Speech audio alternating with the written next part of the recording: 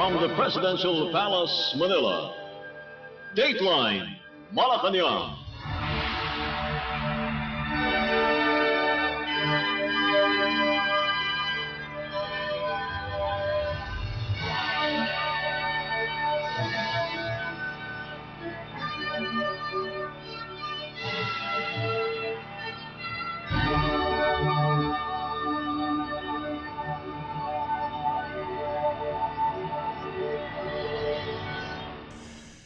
Good day. This is Dateline Malacañang. The Philippines and Japan on Monday signed the Reciprocal Access Agreement or RAA, a landmark agreement that will allow both countries to deploy troops to each territory. The signing of the RAA took place in Malacañang Palace in Manila shortly after the courtesy call of Japanese Foreign Minister Kamikawa Yoko and Defense Minister Kihara Minoru on President Ferdinand R. Marcos Jr. The Philippine-Japan RAA is a commitment made at the inaugural Philippine-Japan Foreign and Defense Ministerial Meeting or 2+2 in April of 2022. The first formal negotiations were held in Tokyo on the 29th and 30th of November last year. A virtual line-by-line reading of the RAA main text, the agreed minutes, and two records of discussions were held on June 11th.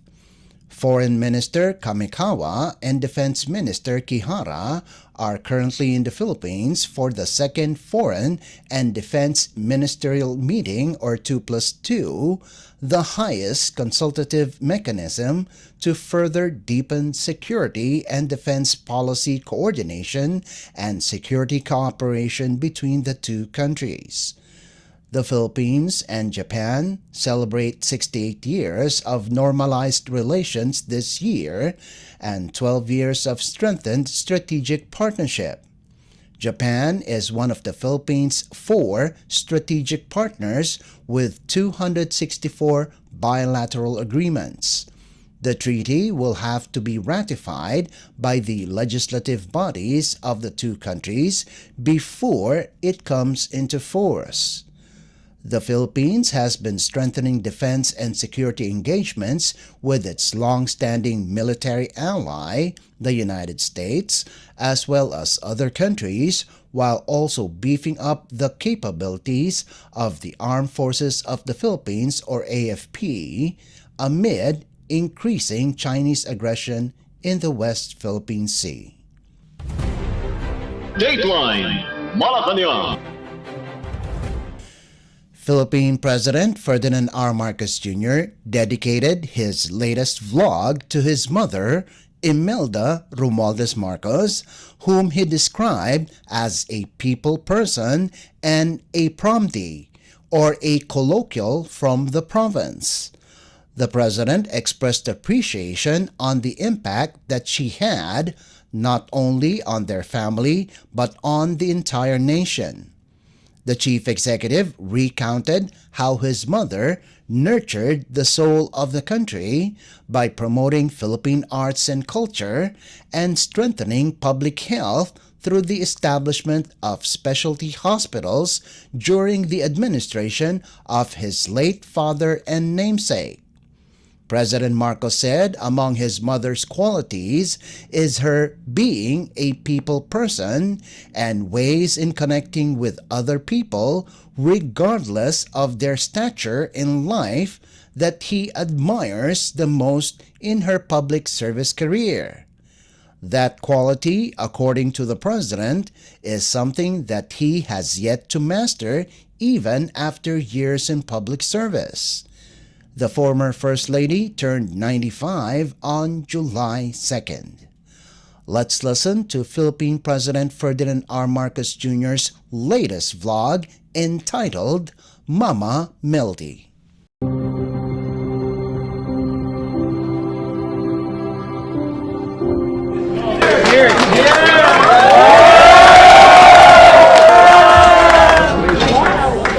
I have two presidents. Great president. Yeah. Yun naman ni Daddy dati.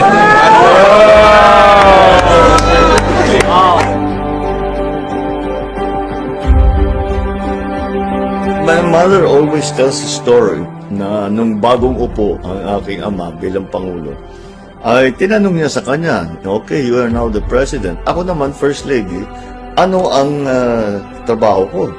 Anong role ko?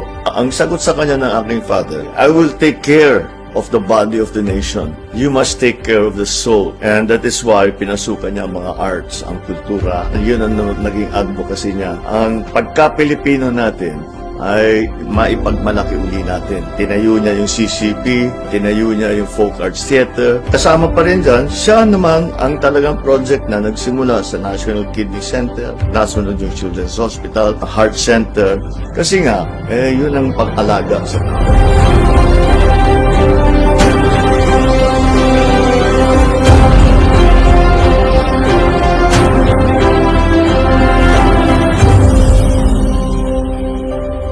Napakarami. Siguro, para sa lahat, nadaanan yung nakaraang 3 taon, ramdam na ramdam yung kanyang specialty hospital. Dahil yung kanyang mga specialty hospitals, Kidney Center, yung Heart Center, yung Children's Hospital, lahat ng specialty hospital, ang daming binuhayan. Nakita naman natin, napaka-effective niyan. Kaya pinaparami ngayon natin. Sinusundan ko lang ang naumpisa ng aking ina. Yan ang maganda sa kanya eh. Lahat ng basa-pasukan niya, talagang hindi niya titigilin. She was passionate about everything. Marami siyang pet project. What she enjoyed the most was, of course, the arts. And she was so happy that the Filipinos' talent at these things na nakatulong siya na maipalabas at makilala ng buong. Mother ko is one of those few people hindi talaga marunong magalit. Hindi marunong makipag-away. I don't know kung paano niya ginagawa kasi siyempre tayong lahat kahit paano kung minsan na iinit ang ulo mo dahil hindi naman tama yung ginagawa ko. Yung mother ko hindi nagagalit at saka wala siyang aawayin. Naku, famous yan yung mga pinapatayo niya. Pupuntahan niya yung construction site. Magdadala niya, naku, magpapakain ng maraming lechon yan. Alas 10 ng umaga ito Darating siya, papakain siya ng maraming lechon. Tapos pep talk na yung mga trabahador. Sige, pagbutihan ninyo Sige. Siya, tuwan naman yung mga tao. Pero hindi nga siya nagagalit. Hindi ganun ang reaction niya. Kasi kung ganun, kung may problema, ayusin natin. Kailangan matapos ito by this time. Kailangan matapos ito by that time. Anong kailangan natin gawin para gawin yun? Sige, gagawin ko. Ang nakita ko, hindi lang mother ko, yung magulang ko. Lahat ng kanilang ginagawa nanggaling dahil mahal na mahal nila ang Pilipino, mahal na mahal nila ang Pilipinas. Nagpapakamatay sila para sa Pilipino, papakamatay sila para sa Pilipinas. Mula nga na umupo ako, nakikita ko, tama naman. Ang galing-galing ng Pinoy. Bait-bait ng Pinoy. Husay-husay ng Pinoy. Dapat talagang mahalin, dapat talagang tulungan. Yung mga tao, nakita ko sa mother ko, kahit sinong kausap niya, kahit yung mangingisda, kahit yung Queen of England, kahit yung mayaman, kahit yung kapitbahay niya nung nasa Tolosa pa siya, yung mga classmate niya nung nasa eskwelahan siya, kahit sino ang kaharap niya, may koneksyon kaagad. Ang nanay ko talaga, dapat maintindihan ninyo, probinsyana talaga yan eh. She's really from D. I'm proud of it. And that's yan ang charm niya. Hindi nawala sa kanya yung pagkasimple niya na tao. Kaya kahit sinong kausap niya, nagiging kaibigan niya kagad. I've seen it, kadil niya yung mga mayayabang na politiko. May kadil siya na isang lasing. May kadil siya na bastos. May kadil siya hari ng kung saan. May kadil siya na bilyonaryo. Kasi pare-paro trato niya. At saka nagiging kaibigan, nakukuha niya kaagad yung puso. Hindi ko pa rin na-master yun. Siya pa rin ang master.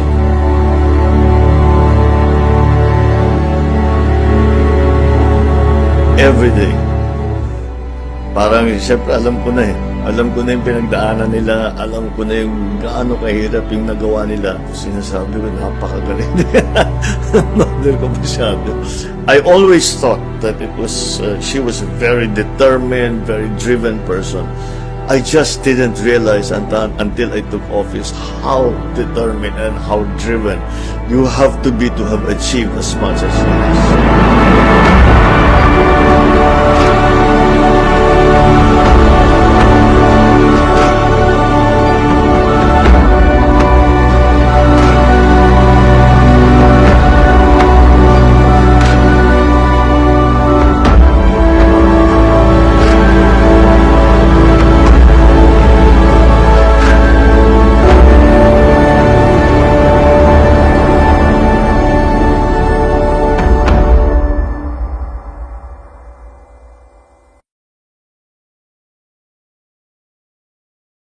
You just heard Philippine President Ferdinand R. Marcos Jr. Dateline Malacañang. Philippine President Ferdinand R. Marcos Jr. over the weekend expressed admiration for Gilas Pilipinas' gallant showing in the FIBA Olympic Qualifying Tournament or OQT in Latvia. As 37th ranked in the world, Gilas ended its inspired OQT run in the semifinals on Saturday, falling to Brazil 60-71 and falling short in its bid to end the Philippines' over 5-decade absence in Olympic basketball. Despite the loss, the president lauded the stellar performance of the national team. Gilas even led in the first half 33-27 before the world number 12 Brazil unleashed a strong 24-6 performance in the third quarter to grab the lead 51-32. The Filipinos, who missed 7'2" Kai Soto due to a bruised rib sustained during the previous match against Georgia, tried to crawl back, but the Brazilians repelled their attempts. Brazil and Latvia will dispute the Olympic slot on Monday. Gilas entered the semifinal round as second seed in its group after defeating world number 6 Latvia 89-80 on July 4th and getting a superior quotient over Georgia.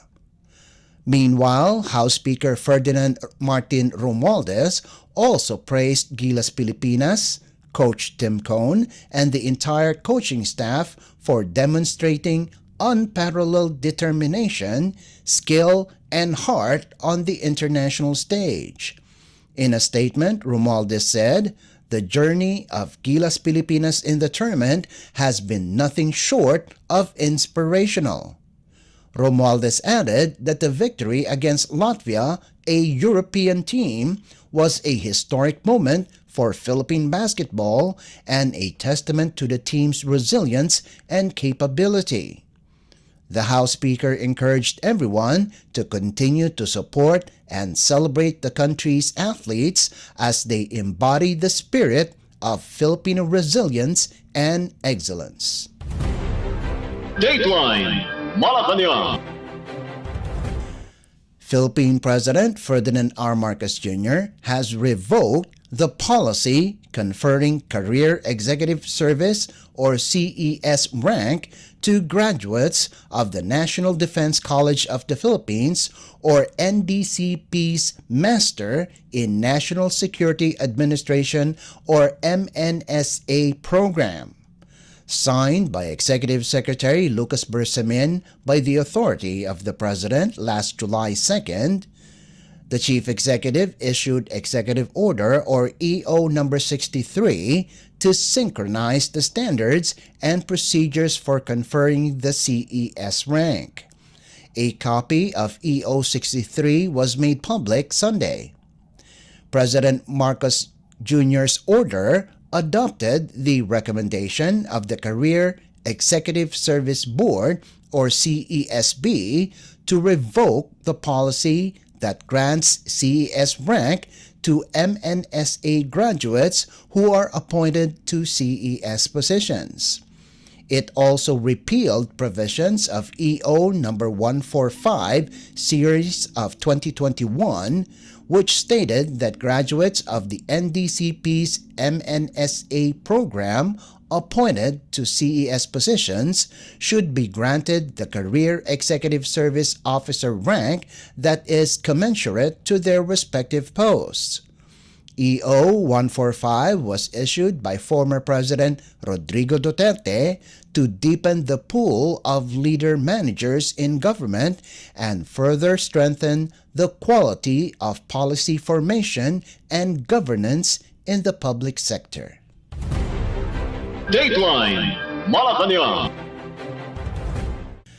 Philippine President Ferdinand R. Marcos Jr. has designated parcels of land in the town of Bacolong in Victoria, Tarlac Province as a special economic zone. In his proclamation number 623, signed by Executive Secretary Lucas Bersamin on July 4th, the President identified a total of 297,719 square meters of land to be known as the Victoria Industrial Park. According to the Republic Act or RA 7916 or the Special Economic Zone Act of 1995, special economic zones or ecozones are selected areas with highly developed or have the potential to be developed into agro-industrial, industrial tourist or recreational, commercial, banking, investment, and financial centers. They may contain any or all of the following: industrial estates, export processing zones, free trade zones, and tourist or recreational centers. Areas may be established as ecozones in a proclamation to be issued by the President and subject to the evaluation and recommendation of the Philippine Economic Zone Authority or PEZA based on a detailed feasibility and engineering study. PEZA facilitates the business operations of investors in export-oriented manufacturing and service facilities inside selected areas throughout the country that were proclaimed eco-zones. According to PEZA, there is a total of 419 economic zones as of April of 2023, of which 78 are manufacturing economic zones, 297 are information technology parks or centers, 17 are tourism export enterprises, 24 are agro-industrial economic zones, and 3 are medical tourism parks or centers. Dateline Malacañang. In other news, Philippine Department of Migrant Workers or DMW Secretary Hans Leo Magpayo on Sunday condoled with the relatives of one of the two seafarers who died aboard the Houthi-attacked MV True Confidence during the seafarers' burial in Caloocan City. The remains were escorted back to the country by Dubai Labor Attaché John Rio Bautista. President Ferdinand R. Marcos Jr. has ordered continued assistance to the family of the deceased seafarers. On March 6th, bulk carrier MV True Confidence was hit by a missile at the Gulf of Aden at the Red Sea. The attack killed 2 out of the 15 Filipino seafarers on board.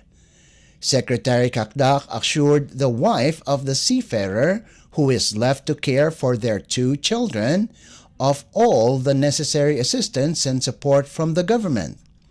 The DMW and Overseas Workers Welfare Administration or OWA will continue to assist the families of the seafarer and handhold them as they go through this difficult ordeal. Dateline Malacañang.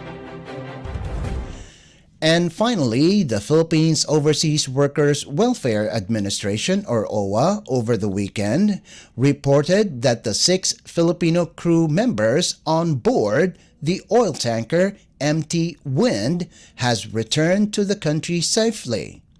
In a social media post, OWA said, the Filipino seafarers arrived at the Ninoy Aquino International Airport or NAIA Terminal 1 via Philippine Airlines Flight PR512. To recall, on May 18th, MT Wind was hit by an anti-ship missile by Houthi rebels at the Red Sea, which is under the jurisdiction of Yemen. The vessel was supposed to travel to China from the Black Sea port of Russia. Even though the ship was attacked, no casualties nor injuries were sustained. The ship's captain decided to continue their voyage. OWA extended assistance to the returning overseas Filipino workers or OFWs, including financial aid, food, and accommodation. Dateline Malacañang.